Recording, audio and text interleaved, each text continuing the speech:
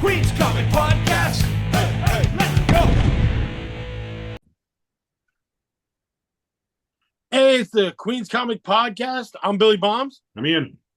and we are the Miami Vice of comic books because I literally said the funniest line from the show. I'm always ready. I'm born ready, I think it was, right? You did say that off camera, yes. Yeah, that was pretty funny because I've been watching that show for some reason lately. But I'm enjoying comic books. I've been dying to talk to Ian about comics. So, hello. We can do that right now. We can sit around and talk about comics we like. All right, sure. Let's see. Do you want to start off with what crazy stuff you got, or do you want me to start off with my crazy stuff? Yeah, you've probably got more, so I'll go first. So Saturday, myself and a few friends made the trek to East Hampton, Massachusetts for the Giant Skeleton Show, which is put on by Gary Dolgoff Comics. He's kind of like the Joseph Koch of Massachusetts. He actually used to live in New York until he moved everything to Massachusetts, probably because it's a hell of a lot cheaper to rent space. Of course. And took us 2.5 hours to get there. Wasn't too bad. Mike from Lunch Money Comics was standing in line in front of us. Otto from 3 Men in a Basement was standing behind us. So it was a good hangout with some cool guys, some YouTubers who have a much bigger audience than we do. And None of that bothers me, never. no. And they had, I want to say, 150, 200 boxes of books that were $3 a piece. It didn't matter what was in them. $3 a piece. So people were pulling out some pretty cool stuff. And then they had maybe 30 boxes of $5 books, and then some wall books like an AF-15 and an X-Men #1. Those were not discounted. But it was a good hunt. We had a good time. It was physically very tiring to drive there and back in one day. I got up at 4:30 in the morning. I got home at about 6 o'clock. So a very long day. But I found some cool stuff. So I will go over what I pulled up from there. And I will start with the first issue of The Finest in Illustrated Horror, Creepy '1, the Dark Horse series. Beautiful. Yeah, pretty happy. Show off what you're keeping, because I know I'm only showing off what I'm keeping. Yeah. Yeah. Because I'm doing the same thing nowadays, where I'm like, I pick up so many books to show off what you love. Yeah, no, I full disclosure, I grabbed some stuff that I will probably resell at the next Queen's Comic Party, but this is stuff that's staying with me. So, Perfect. Same for me. Yeah, but this badass cover by Eric Powell of the Goon. Oh, that's awesome. Yeah. There's a rights and peace inside, and there might be Corbin inside too. I don't remember. Creepy #9, which has stories by Kelly Jones, Peter Bagg, and Richard Corbin. Nice. And then this one's been on my want list for a while. This book is really tough to find. It has a fantastic Corbin story in it, and it has this really cool cover by Ryan Brown. Great exorcism cover. Oh, that is cool. Yeah, What a crazy cover. I know, it's wild, right? I've been looking for one of these for a couple of years.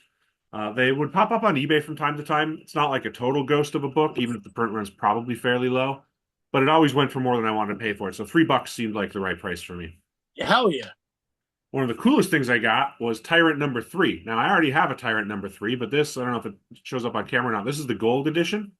Okay. So it's a gold foil cover, and it's also, it's tough to see it, but it is signed by Stephen Bissette in the corner there. But what is it? What is Tyrant? Okay, so Tyrant was never finished. It was supposed to be the entire life cycle of a dinosaur from when it's born to when it dies. Everything that happens to it in between. The artwork is insanely detailed, even by Bissette's standards, which is already very detailed. It was like a total passion project for him, but it didn't sell very well. So he only got, I believe, 4 issues in before he called it quits. It was self-published by Spider Baby Graphics, his company, and I would love to see him finish it one day because it's excellent. We'll find out if this will show up on camera or not. How good the art is. I'm literally writing down the name of it because I've never heard of it.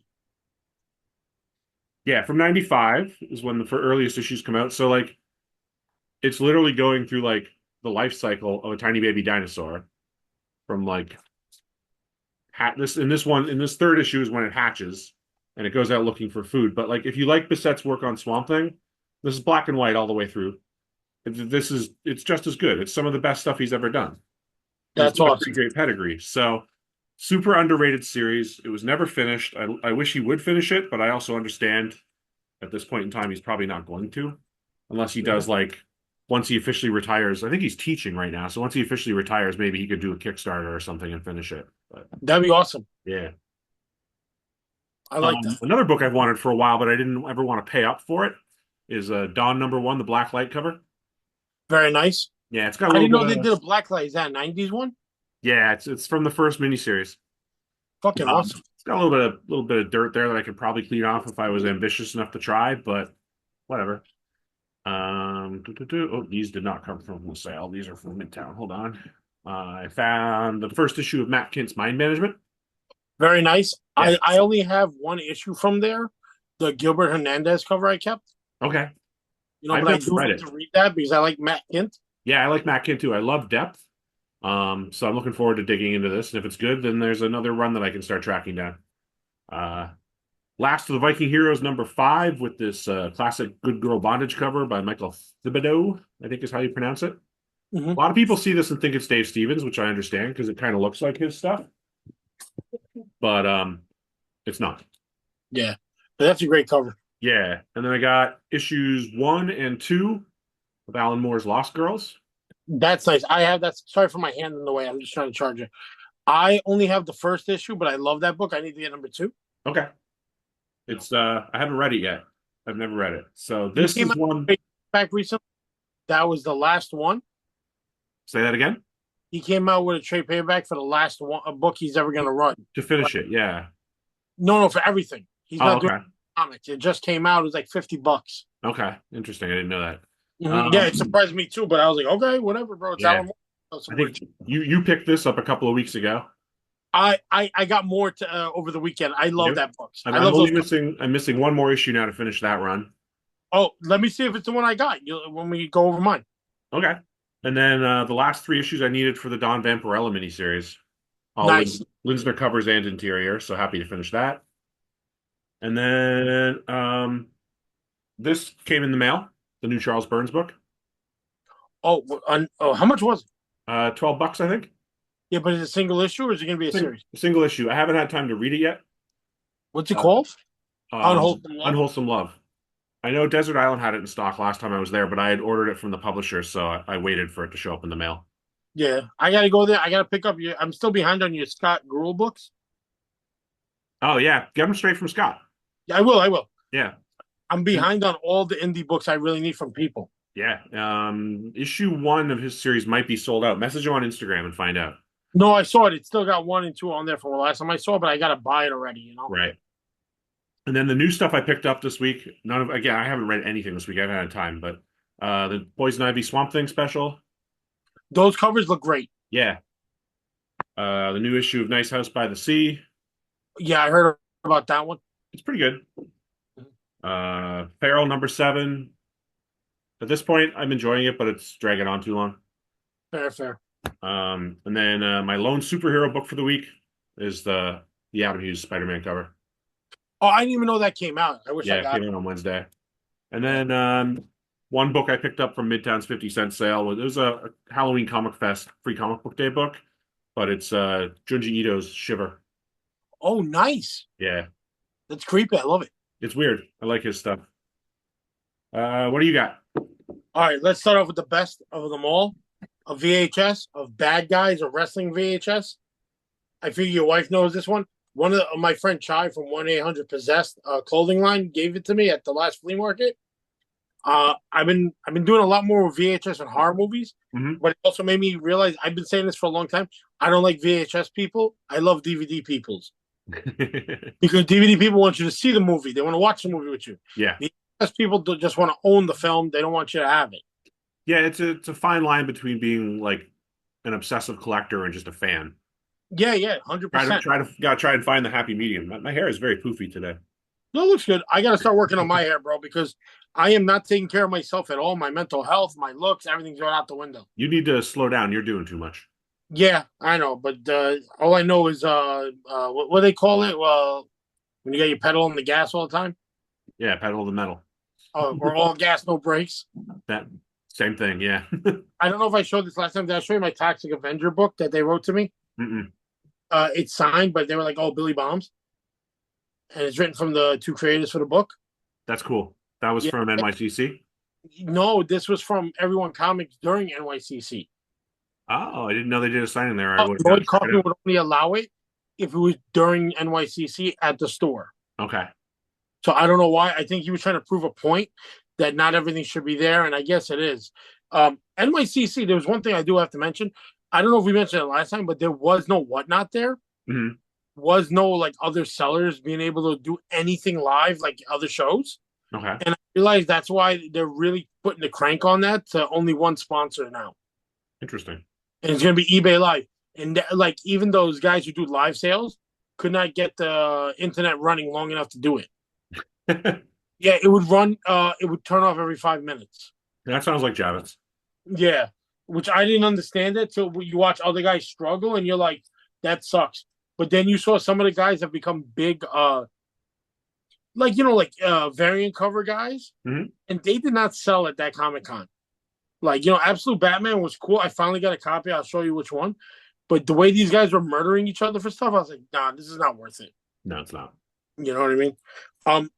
But if you're a collector of that stuff, go get everyone you can. It's your thing. Keep going. This week I got a lot from Bags and Borbs for sale. I got Boy Fair books Okay. because I'm gonna try and collect them all. This is my new run of magazines I'm collecting. I'll keep an eye out for you on those because I see them from time to time. Yeah, the cheaper the better. I'm gonna finish the whole run. This is like my wizard stuff. I got from his sale Simpsons Comics Events number 17, a Bart Simpson book. Okay, cool. So that was cool because these are all this stuff is getting harder and harder. But now I'm going to go into the sale stuff I got yesterday and a lot. Oh, let me do two more books. I got like regular comic shop books. I got Absolute Batman number 1, the second printing. Mm-hmm. Not bad, not bad. Yeah, it's like I said last week. It's good. It couldn't possibly have lived up to the hype, but it's pretty good. Yeah, but there's something about it I'm not a fan of. This is a fantastic cover of Wonder Woman. Yeah, I like that. Yeah, I grabbed that for the cover. This is Absolute Wonder Woman number 1. I haven't had a chance to read it, but I know it's probably going to be good. Just there's some weird stuff to it. I don't know what's going on. Mm-hmm. I'll figure it out. That I don't like Batman's friends with all the villains, and instead it's his dad's dead and not his mom. It's an alternate universe with something to do with Darkseid. I really, really, really don't think Scott Snyder knows what he's doing with that world. It's just the way JLA ended with Jeff Johns' Darkseid War Mm-hmm. that I'm starting to realize none of them know what they're doing. Just throwing stuff to the wall and seeing what sticks. Yeah, they've been doing it since Crisis on Infinite Earths. It's just that you find the golden part of all of them. The Crisis on Infinite Earths was George Perez. Mm-hmm. And then, like, also the other one after Infinite Crisis, Phil Jimenez's artwork. You know what I mean? No matter how much people are good, if it weren't for the artists, these wouldn't make it. I love the cover art for some of this stuff. And this guy, was it Nick Dragota? No, Dragota. He's a pretty good artist, but I don't know if it's going to fit in this. You know what I mean? Right. I don't know where it's going. I don't think it's going to go that well. Let's see when Superman comes out, and we'll find out. Superman comes out this week, I think, right? I think I have that one pre-ordered. Tomorrow, Wednesday. Yeah. Because this is our election day episode. Tomorrow's the election. So probably, but for anybody watching, this will be the same day. Yeah. Let's jump back onto the comics. I got a 15-cent magazine called Merry Go Round from January 15th. It's 15 cents. It's all satire and jokes. I got this at Hot Flips. They had a great sale. I'm going to show off all the magazines first. I got a Spanish one. I have no idea what it is. That makes two of us. Yeah, I thought this was cool. And then this is the first time I've ever picked up one of these, and I don't know any more that'll come out, but an Israeli comic book. Oh, that's a great cover. Yeah, but I've never seen Israeli comics. So I'm like, all Was right. there somebody there with a stack of foreign books, or are these all from different vendors? All in his bins. Okay.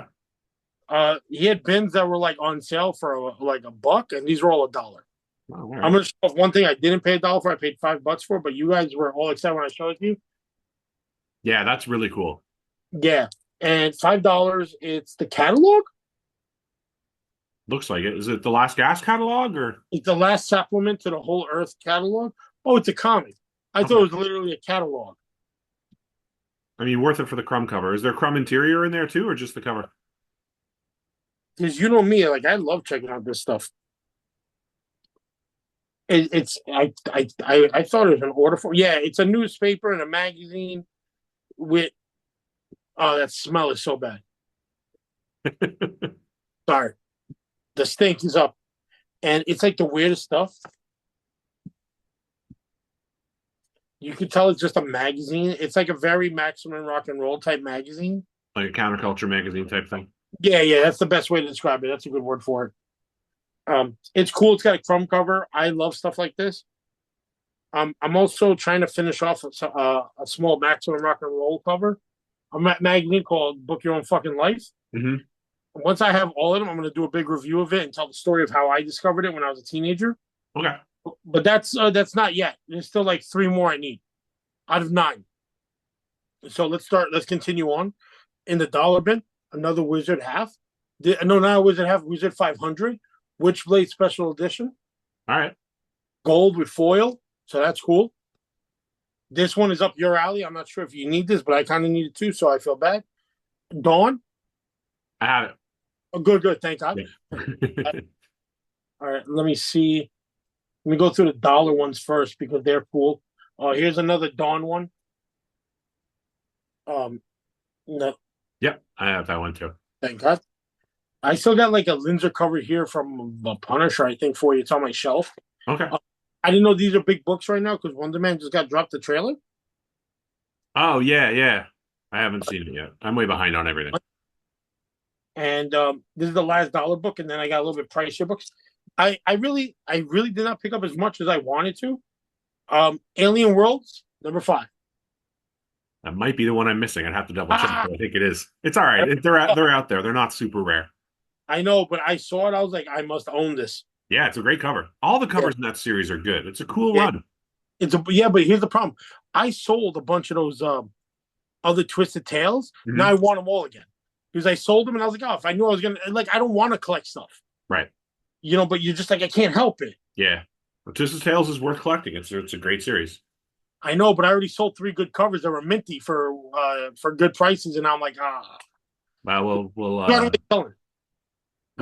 talk. We'll talk. I might have some duplicates. Yeah, but that Bernie Wrightson one I sold, that was a really nice cover. I might have some duplicates. Is all I'm saying. I'll buy them from you, dog. This one is because I've been on a biker kick lately. I don't know. I've been hanging out with the boys way too much and goofing off. But the Fantastic Four versus their own version of bikers. That's hilarious. Yeah, I don't know. It was $1, so I took it. Do the bikers have superpowers? I do believe. Because otherwise, it would be a pretty quick fight, I would think. Yeah. And then here's another dollar book I forgot about. Metamorpho number 7. Oh, any Metamorpho Silver Age for $1 is a good deal. Yeah, a little bit of stainage in here, but I don't care. For $1, you can't complain. Until they come out with the world's finest or DC's finest book, because the one I'm really excited about is Plastic Man, Volume 1 by Jack Cole. Mm-hmm. That one is going to be fucking incredible because it's going to be the first 36 issues of Police Comics in this one trade, because I guess he's only 9 pages each. Okay. And then the first issues of Plastic Man. But you never find any of that stuff from 1941. No, and when you do, they're like so out of my price range. Yeah, because I only own one police comic book, and I got that for a great price from Street Side Anthony, who's the man of that. Yeah. But it's like the later issues, but it's still cool. And then I have a Plastic Man book that's so sun faded. I just want to own them to read them because you can't have all of this stuff. Right. But here's, It's like, right. And here's a series of books for some reason I'm so attracted to, but it's so bad. Inferior 5. I've never read Inferior 5. I do believe they're terrible. I have this is a DC book. These are the worst villains, the worst heroes. And there is a lot of this is their version of Brand X, where Brand X makes fun of DC, they make fun of Marvel. Okay. There'll be the Hulk in here, and it'll look terrible, and I love that. And that's pretty much it. I did get a first appearance of Bronze Silver Scarecrow. Oh, that's a cool book. Yeah, for like $1. But like, I'm gonna press it and then put it out. Mm-hmm. I'm not a big fan of like buying and selling stuff like that because like I'd rather like somebody else find it, but I found it first, Yeah. But what else was there anything that you really wanted this weekend? Because like I showed you guys last week Green Arrow and Green Lantern 75, right?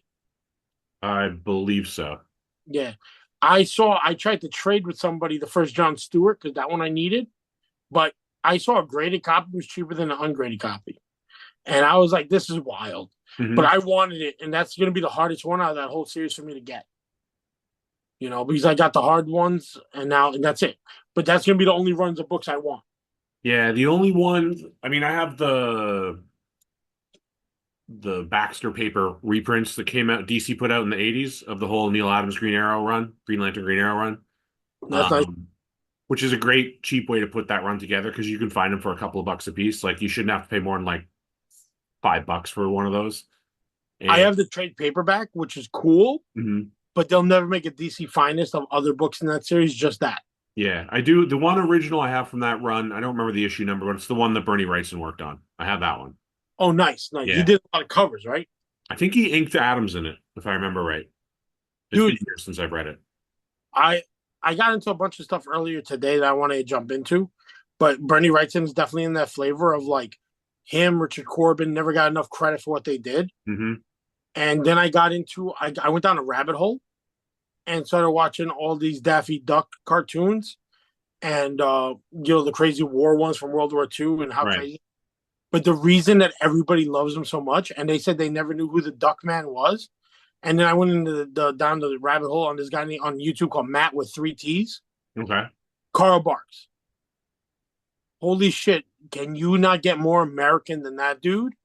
Never left his house. Everything he learned about in comics, he was very much like the lady who drew Aquaman. Hmm. Uh, she only went to the library and looked up pictures of fish.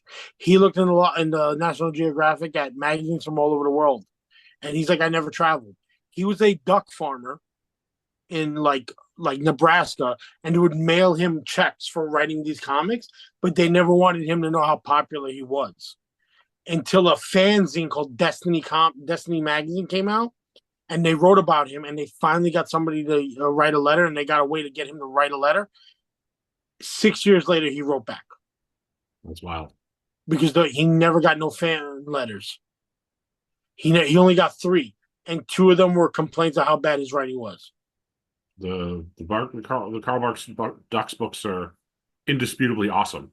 No, but that's the sham that Walt Disney threw on him. Mm. They didn't want people to know he was writing it, Okay. so the letters he ever got were like bad ones. Mm. So when Walt Disney died, I'm jumping ahead of myself. I'm sorry, it's going into a whole DuckTales thing, but I'm loving it right now. Because this all started with Tom McFarlane too. It's something about the love of these books, the Duckman books, which is Carl Barks. They somebody wrote a letter. They finally got his address. He wrote back. So another magazine went out and interviewed him, but then Walt Disney said that you can't release it. The week after Walt Disney died, they finally released it. Okay. And then I was invited to his first Comic-Con and then realized how popular he was. The guy from Astro Boy flew out there to meet him because they're his favorite artist, and he gave him inspiration for all his stuff. And then he met everybody, and it turns out that one of his biggest friends was Robert Crumb. I know that Karl Barks was a huge influence on Robert Crumb. Yeah, but they go into a lot of these people that this dude was just writing these books, and he said the best thing that did happen to him is that he never knew how popular they were. So you saw this on the YouTube channel? Yeah, called Matt with Okay. three T's. And you're talking about Donald Duck, not Daffy Duck, right? Donald Duck. Yeah. I'm sorry. You said Daffy at one point, which kind of Oh, threw I'm me. sorry. I'm sorry. No, it's So okay. I just wanted to clarify. because he only started getting more popular with that stuff because of Daffy Duck, actually, too. Because they started doing Looney Tunes comics from Dell. So then Walt Disney started putting out stuff. But he was like the best. Like you learn his history, it's the most Americana guy you ever meet in your life. Yeah. You know what I mean? And then he finally got to travel the world in his old age and see all the sights. And then he went to Japanese Comic-Con and everybody loved him. That's pretty cool. And then but his one dream he said was to have his books be leather bound or be in hardcovers. And that's what happened. Yeah, And then- Fantagraphics put them out. Yeah, Fantagraphics is great. I'm going to get all of them now because I love all that stuff. Like, I'm a Don Rosa guy. I'm a But I Don think Rosa that- guy too, and I will argue that Don Rosa is better than Karl Barks, in my opinion. But there would be no Don Rosa if it weren't for Karl Barks. Yeah, but that's the thing, like I like Stan Lee, but I like John Romita more. You know what I mean? Yeah. Yeah, you get what I mean? Like, I love Stan Lee's Daredevil. Frank Miller's Daredevil is better. It is. you know, but there's still the guy who created it all. Yep. You know what I mean? Like dude, Duckbird, the Beagle Boys, all that stuff. I didn't realize how much I loved all this toon stuff until I realized that it was not just cartoons; it was really good comics. It is. They're just. I didn't really get into the Carl Barks duck stuff until I was like in my early 40s.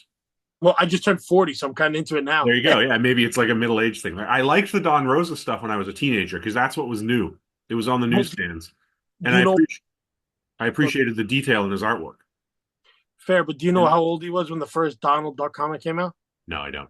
He was 40. Yeah. Yeah, There you go.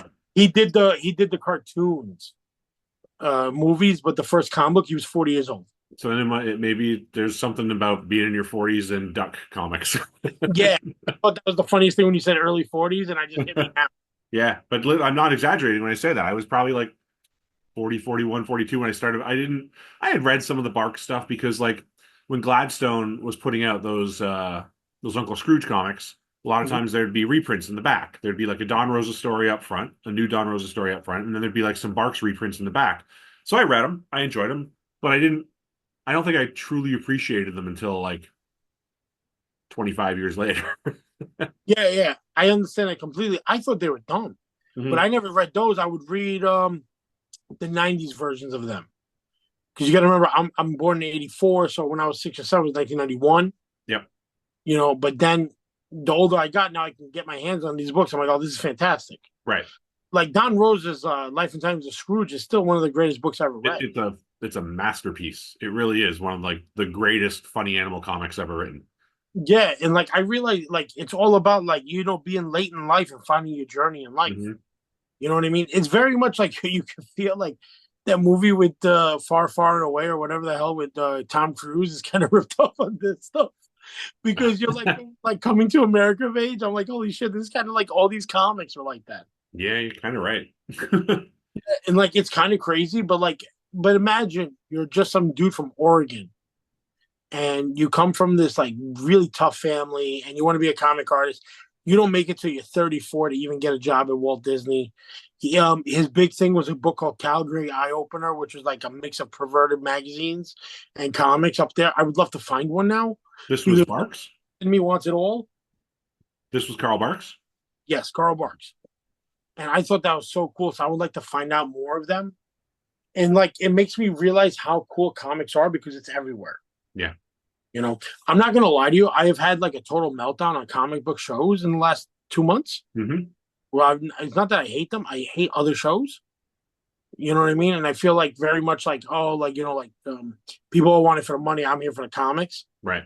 I really am for the comics. Like like we are gonna change up a lot of stuff after November. After December. I'm gonna be a different guy. New year, new me, but new shows. We're gonna give out a lot of membership cards to people that you get them for free for life.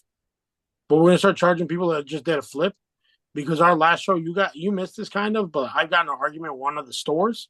This was after I left. You might have been there when I kept calling them a simp. But I did not care because they were like, I'm only here because I'm here to buy like a guitar around the corner. I'm like, bro, you just bought like $300 worth of comics. I don't care what you do. Right. Have a good time. But when they try and repeat, like everything to the point when you're like, it's like when somebody tells you they're vegan over and over again. I was like, dog, just have a good time. Yeah. Please, just have a good time. You're making the rest of us uncomfortable. Stop telling everybody here you're only here for something else. Right. Right. Want to be here? Join us. If there's anybody who feels uncomfortable, show up, talk to me. Yeah. You're gonna have time. I can guarantee it. But like I know you're getting fatigued from it because we do so many. And this weekend It's it's a mix of things for me. Like I'm taking November off basically from doing shows. And part of that's mental health. Part of it's the fact that my back has been shot the last couple of weeks. I should probably get it looked at. And part of it's just like work-life balance. I work over 50 hours a week at my day job. And if I then set up at a comic show on Saturday or Sunday, then and I need the day before to prep for it. I'm working 7 days a week, Yeah. basically. And that gets exhausting. I'm not getting any younger. And It's trying to find like that work-life balance and making it all work. It's not that I'm not going to do shows again. I am. I'll do the Queen's Comic Party in December, and I'll have a great time. It'll be a lot of fun. But I needed a month off. Yeah, and I think every year we're gonna start taking the summer off. Okay. You know what I mean? Let's all go travel. Let's go buy comics. Yeah.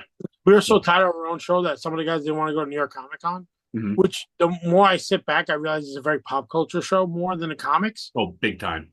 You know, and like I didn't want there was no comic with the exception of Victory Comics that was under $10. Mhm.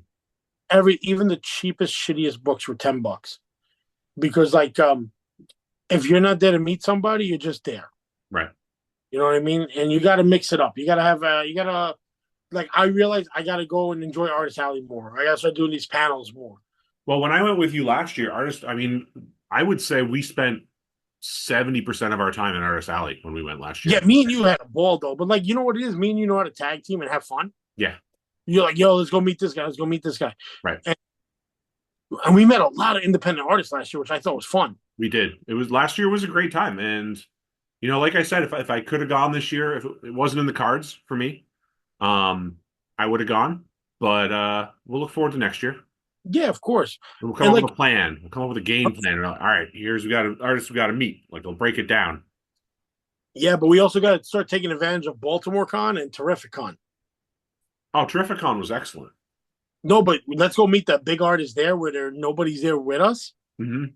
And then go to New York Comic Con. Oh, Terrific Con this year on Friday, the artist lines. Claremont, I think, had the biggest line with 10 people. Yeah, but everybody else was just hanging out. Yeah. It's much more relaxed. You haven't been to Terrific Con, have you? Oh, no, you were there last year. So it's a much more relaxed vibe. It was amazing. It was everything I wanted a big show to be. Yeah. With all the comics, variety, artists, independent artists, celebrities, everything. Mm-hmm. But I do get why New York Comic Con's wild because that's somebody's vacation. It is. People travel from all over the country. And people travel for Terrific Con too, but not as many. I think it's more local. But it's big enough that when I was there a couple of years ago with Anthony and those guys, there were people who had come from Canada. Yeah. Oh, yeah. But that's a good trip. Yeah. I'm not gonna lie to you, I shouldn't be saying this about other places, but I see so many little shows popping up with 500 followers, but $35 to get in. Yeah, it's ridiculous. And then I'm seeing the videos of people yo, I got scammed. Yeah. And I'm trying to get these $100, $200 fees a day. And I don't know how people are making it. Mm-hmm. Us, Hot Flips, Big Apple Con's a pretty good one that's coming up. Yep. That is always been my favorite since I was a kid. Those give you more bang for your buck. I always have a good time at Big Apple. I'm looking forward to this year because Larry Wells from Cherry Pop-Tart fame is going to be there. I know, and the guy who has the Chrome is going to be there. He's the guy I've been talking to online, so I got to ask him for 2 copies. One for you, one for me. There you go. And one for Carl so you don't kill me. But yeah, they're going to be there and we can get it signed because I have that. He wrote the copy of Cherry Pop-Tart I got that has Aerosmith in it, right? He did all of them. Good, so I get him to sign that and not the others. He wrote and drew all of them except for the Cherry's Jubilee, which is other artists working on the character. But anything that's from the Cherry main series, that's him. That's dope. I'm down. I want to get a sketch. What do you think is going to run you? I have no idea. So I'm not saying I am going to get a sketch, but I'm saying I want to get a sketch. I'm excited by this show. Yeah. People get some really good guests, and there's usually a surprise. But you know what it is? If anybody's been watching our series on Pop Comics of talking to Mike Carbo, we're starting to realize the prices are going wild for guests. Mm-hmm.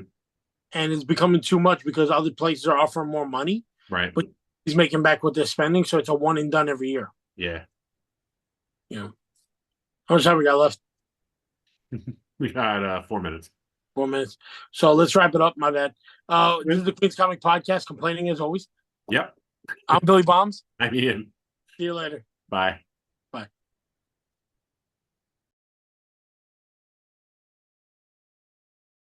Queen's Comic Podcast.